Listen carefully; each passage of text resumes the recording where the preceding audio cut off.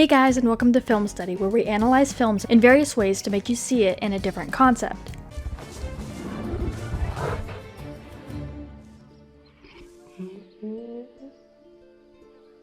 It's okay.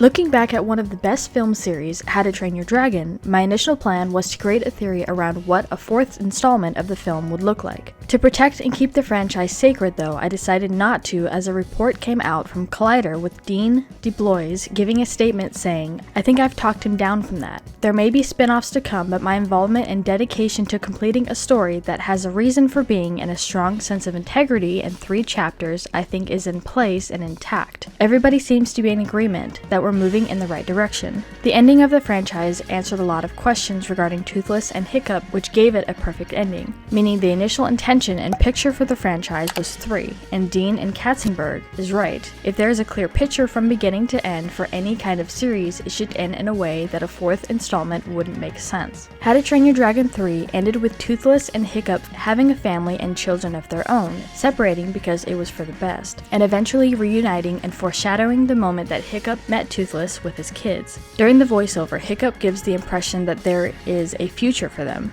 And we'll guard the secret until the time comes when dragons can return in peace.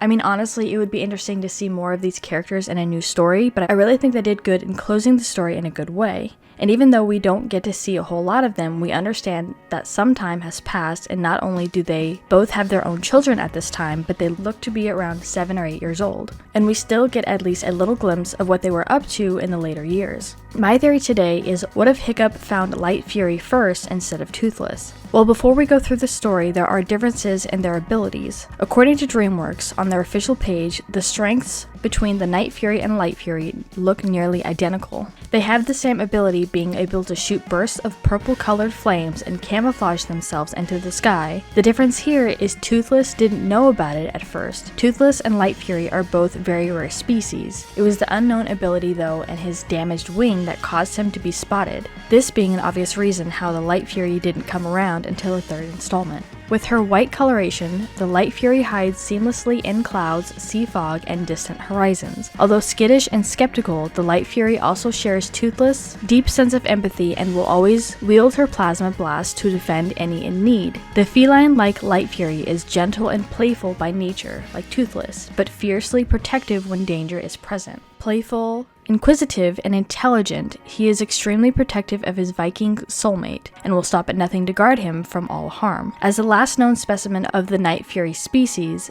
Toothless is very special. He commands respect from dragons and humans alike. The big difference here is the opposite color and the fact that his scales are thicker than a Light Fury's, which is why he had a harder time creating the blast following camouflage. If you paid close attention to the first film, he managed to make the blast but not disappear, at the time unknowing that he could.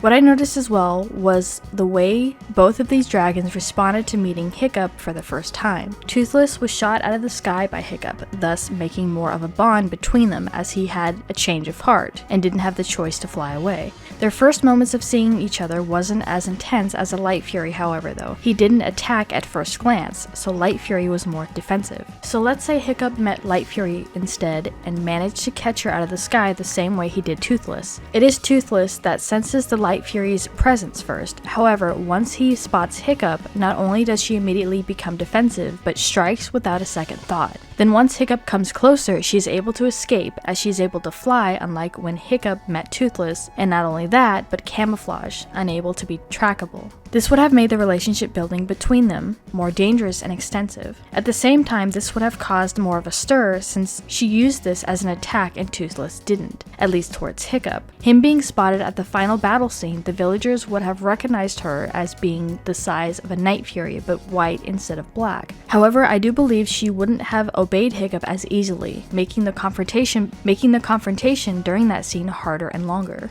Eventually though, Hiccup and the Light Fury would have become trustworthy friends, just like Hiccup and Toothless. Just the trust would have taken longer to form with the rest of the village, as she is just a bit more stubborn than Toothless. In the end, I think Light Fury and Hiccup would have become just as close, and it would be more likely for Hiccup to have kept his leg. So what do you guys think of this theory? It was honestly really interesting to see both sides of these characters. Toothless and Light Fury have the same powers, however, what separates them is their personality. But let me know what your thoughts are in the comments down below.